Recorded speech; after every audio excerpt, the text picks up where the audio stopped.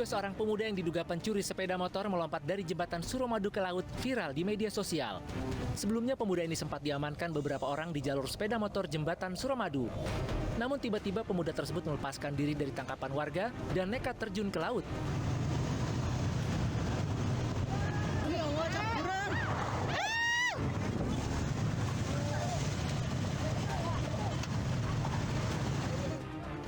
Dari hasil olah tempat kejadian perkara, polisi menduga pemuda yang nekat menceburkan diri ke laut pada Selasa siang kemarin adalah seorang pencuri sepeda motor. Sedangkan masa yang mengamankan adalah pemilik sepeda motor dibantu keluarganya. Diduga tenggelam, hingga saat ini pelaku masih belum ditemukan keberadaannya. Sementara sepeda motor yang dicuri pelaku diamankan di Mapolsek Taman Sidoarjo.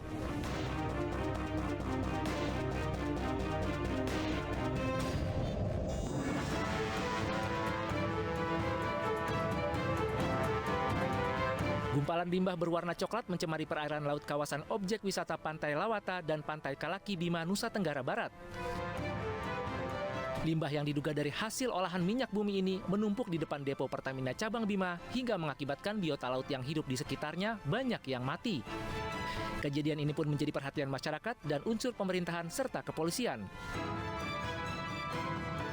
Selain itu, warga nelayan yang hidup tak jauh dari lokasi tak bisa melaut akibat adanya kejadian yang menimpa kawasan laut mereka.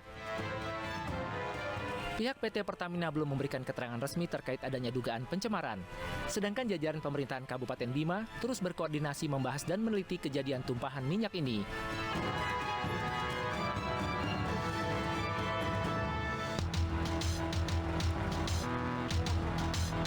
Demi isi ulang tabung gas 3 kg seharga Rp18.500, ratusan warga rela antre berjam-jam di Kabupaten Mamuju, Sulawesi Barat. Sebanyak 300 tabung gas disediakan untuk memenuhi kebutuhan masyarakat yang kurang mampu jelang Lebaran. Warga pun merasa terbantu dengan adanya operasi pasar dengan harga murah. Untuk membantu. Membantu nih. Biasanya kita berapa belikan kalau tabung gas? Tabungnya kadang 20. Syarat untuk warga agar bisa isi ulang dengan harga murah harus menunjukkan identitas seperti fotokopi kartu keluar ulang. Syarat untuk warga agar bisa isi ulang dengan harga murah harus menunjukkan identitas seperti fotokopi kartu keluarga dan KTP. Pemirsa, ledakan petasan menghancurkan sebuah rumah di Madiun, Jawa Timur. Seorang anggota pemilik rumah mengalami luka berat dan saat ini menjalani perawatan di rumah sakit.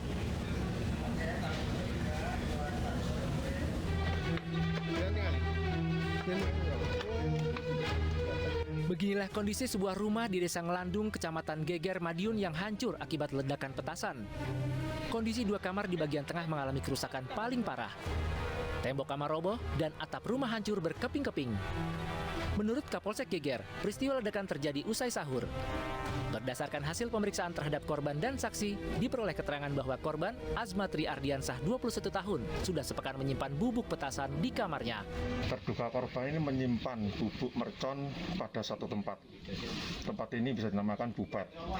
Bupet, sebelum dimasukkan bupet, bubuk mercon ini dimasukkan dalam satu kotak yang beratnya kurang lebih 1 kg. Saat menjelang sahur pukul 4.00, yang ulangi saat habis sahur pukul 4.00, yang bersangkutan ini melihat bubuk merconnya dalam satu bupet itu. Saat dibuka lemarinya itu terjadilah ledakan. Akibat peristiwa tersebut, korban mengalami luka berat pada bagian kaki dan tangannya. Korban langsung dievakuasi ke Rumah Sakit Sudono Madiun dan menjalani perawatan serius. 4 orang saksi telah menjalani pemeriksaan di kepolisian.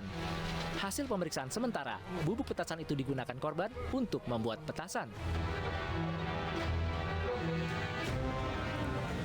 Pemirsa, Polrestabes Bandung menangkap anggota geng motor yang diduga menganiaya pemuda di Jalan Marta Dinata, Bandung. 4 orang ditangkap, 3 diantaranya masih di bawah umur.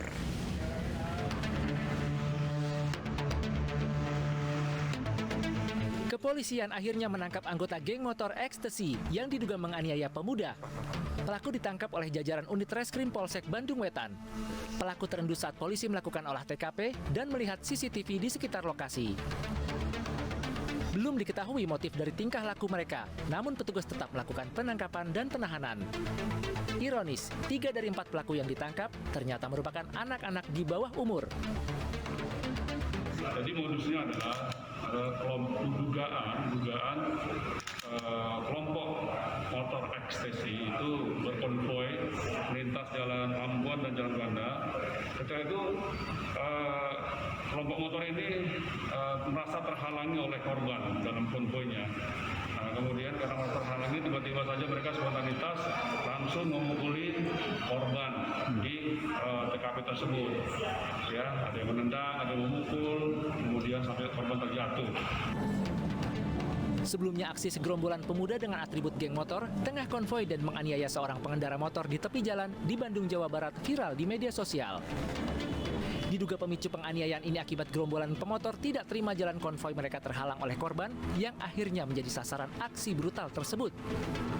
Akibat kejadian ini, korban mengalami luka memar di sebagian tubuh hingga harus dilarikan ke klinik terdekat untuk mendapatkan pertolongan.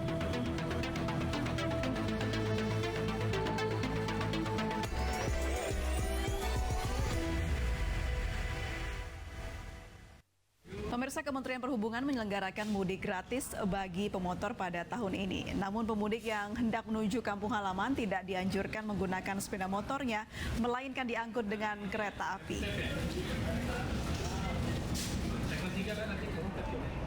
Sejak Rabu pagi, antrean pemudik yang akan menggunakan sepeda motor terjadi di stasiun Kampung Bandan, Jakarta Utara yang akan mengangkut sepeda motornya ke kampung halaman.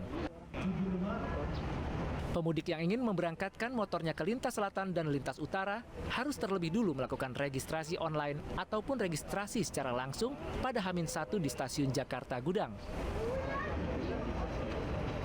Angkutan motis ini sudah berlangsung sejak Selasa 26 April kemarin hingga 30 April mendatang untuk periode arus mudik.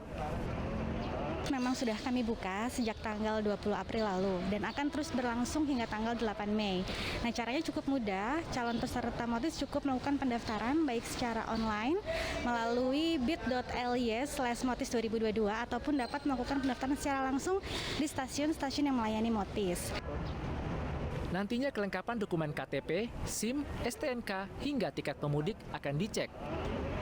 Selain itu, petugas juga akan mengecek kondisi motor, misalnya dalam kondisi BBM kosong, kaca spion yang dicopot, dan motor harus memiliki standar tengah.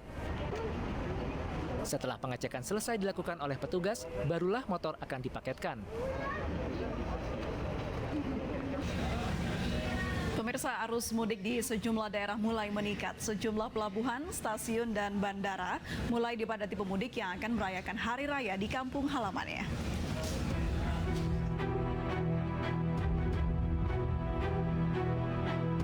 Kapal motor Kelut yang membawa 2.297 penumpang asal Tanjung Balai Karimun via Batam sandar di terminal penumpang Bandar Deli Belawan, Kota Medan. Petugas gabungan sempat kewalahan saat terjadi penumpukan di pintu keluar khusus penumpang. Ribuan penumpang asal Batam ini merupakan pekerja yang bermukim di Kota Batam, Kepulauan Riau untuk merayakan Idul Fitri di sejumlah kota di Sumatera Utara. Diprediksi puncak mudik menggunakan jasa angkutan laut terjadi pada 29 April mendatang.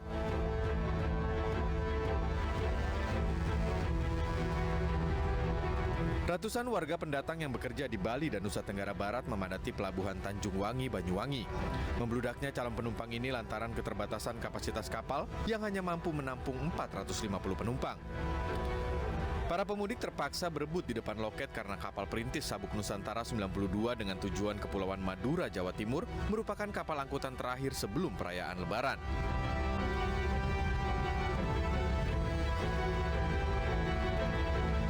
Dua hari jelang perkiraan puncak arus mudik yang diprediksi berlangsung 29 April 2022 mendatang, pergerakan penumpang di Bandara Internasional I Gusti Ngurah Rai Badung, Bali terus mengalami peningkatan. Jumlah penumpang harian untuk rute domestik kini telah melampaui angka 15.000 penumpang per harinya. Pada puncak arus mudik Lebaran, jumlah pergerakan penumpang di Bandara Ngurah Rai diprediksi lebih dari 25.000 orang penumpang.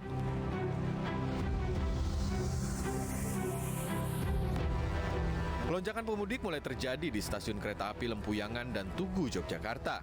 Para pemudik datang dari Jakarta, Bandung, dan Surabaya. Diperkirakan puncak arus mudik akan terjadi pada 29 April mendatang dengan jumlah pemudik mencapai hampir 15.000 orang. Sementara itu, untuk meningkatkan pengamanan di stasiun kereta api, tim gabungan intensif patroli termasuk mengerahkan anjing pelacak. Tim Liputan iNews melaporkan. Pemirsa, Pemirsa, 5 hari jelang Idul Fitri, para perantau berbondong-bondong meninggalkan ibu kota. Mulai dari stasiun, bandara hingga terminal bus dipadati mereka yang akan mudik ke kampung halaman.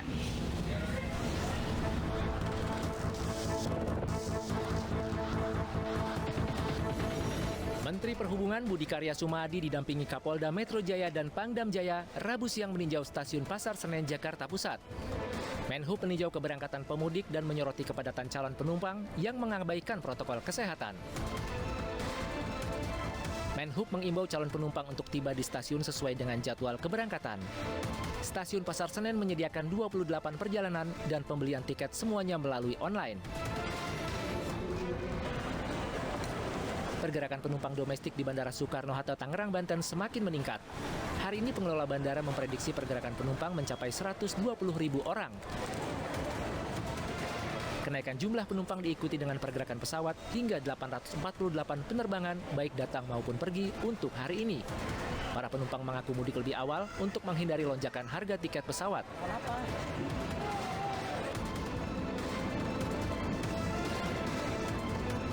Peningkatan penumpang di Terminal Pulau Gebang, Jakarta Timur telah mencapai lebih dari 20%. Hingga Rabu sore, lebih dari 1.700 penumpang di Terminal Pulau Gebang bertolak dari Jakarta. Destinasi yang menjadi favorit para penumpang adalah berbagai daerah di Jawa Tengah. Dalam sepekan terakhir, pihak terminal menyiapkan 150 hingga 190 perjalanan bus setiap harinya. Puncak arus mudik dengan menggunakan bus diprediksi terjadi pada tanggal 28 April malam hari. Pemirsa, nuansa puncak mudik mulai terasa. Untuk mengetahui suasana mudik terkini, kita telah terhubung dengan Rizka Ayu di Stasiun Senen dan Kevin Pakan di Kalimalang, Bekasi. Kita ke Rizka terlebih dahulu di Stasiun Senen. Rizka, seperti apa situasi di sana? Selamat malam April dan juga pemirsa di rumah.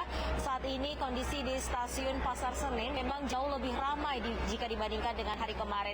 Ini tentunya sesuai dengan prediksi dari PT KAI Daob 1 Jakarta, di mana memang puncak arus mudik di stasiun Pasar Senen ini diprediksi terjadi pada tanggal 27 April hingga 1 Mei mendatang. Dan sejak tadi pagi memang masyarakat sudah mulai memadati stasiun Pasar Senen, pemirsa, di mana PT KAI Daob 1 Jakarta mencatat bahwa 17.400 orang meninggalkan Jakarta melalui stasiun Pasar Senen untuk bertolak menuju kota-kota besar yang ada di Jawa Barat, Jawa Tengah, dan juga Jawa Timur. Untuk menjadi kota tujuan favorit sendiri di Jawa Barat, mayoritas masyarakat menuju Bandung dan juga Cirebon, sementara di Jawa Tengah, Sukoharjo, Solo, dan juga Semarang, dan di Jawa Timur sendiri, Surabaya dan Kota Malang masih menjadi kota favorit tujuan para pemudik dari Jakarta. Dan pemirsa, jika Anda lihat di layar kaca Anda saat ini, masyarakat atau penumpang masih memadati stasiun Pasar Senen, dan jika sesuai dengan data dari PT KAI Daob 1 Jakarta sendiri, pemirsa, PT KAI Daob 1 Jakarta telah berhasil menjual 86% tempat duduk dari total yang disediakan untuk arus mudik tahun 2022 ini. Dan untuk tetap mematuhi protokol kesehatan, PT KAI Daob 1 Jakarta sendiri telah menerjunkan banyak personilnya untuk membantu penumpang yang memang mengalami kesulitan ketika mencetak tiket ataupun melakukan check-in, sehingga nantinya ini diharapkan bisa mengurai kerumunan. Ya, April. Baik, terima kasih Rizka Ayu. Pemirsa, lalu bagaimana ya situasi arus mudik yang biasa dilintasi pemudik di Kalimalang, Bekasi? Kami menyaparkan Kevin Pakan. Kevin, apakah ada kepadatan di sana? Ya, selamat malam April dan juga pemirsa. Memasuki H-5 Lebaran, terpantau situasi di jalur arteri Kalimalang, tepatnya perbatasan antara Jakarta Timur dan juga Bekasi. Kami melihat sejak sore tadi sekitar pukul 16 atau 4 sore sudah mulai peningkatan volume kendaraan sampai dengan saat ini. Di mana kami memantau pada malam hari ini, di mana untuk mayoritas atau kendaraan yang didominasi oleh kendaraan roda 2 atau kendaraan bermotor. Dan juga memang tadi kami memantau bahwa adanya petugas yang berjaga, namun pada saat ini memang tidak ada karena memang saat ini sedang memasuki waktu buka puasa.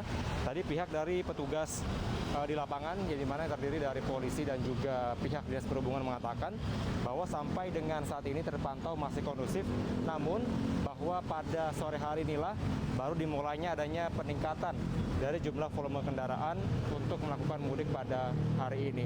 Dan juga tadi kami sempat bertanya kepada pihak kepolisian bahwa bagaimana bila terjadinya ada penumpukan atau penumpukan kendaraan, begitu maksud kami, nantinya pihak dari kepolisian terutama di tempat saya melaporkan, yakni di Pospol Haji Naman, akan melakukan rekayasa lalu lintas, di mana nantinya pihak dari kepolisian akan melakukan sistem satu arah.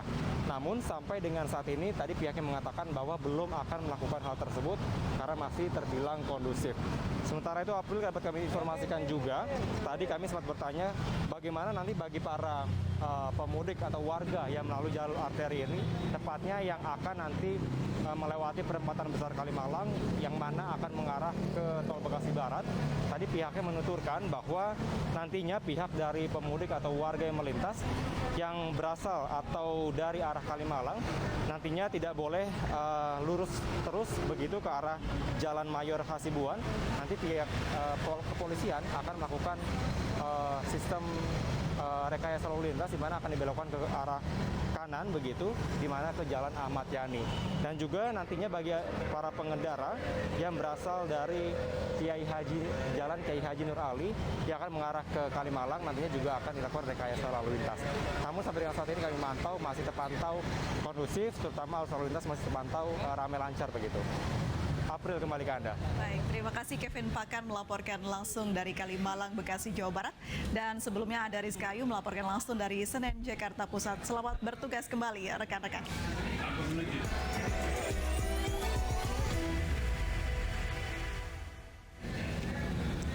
Kontraflow mulai diterapkan di tol Jakarta Cikampek. Informasinya hadir usai jeda berikut ini.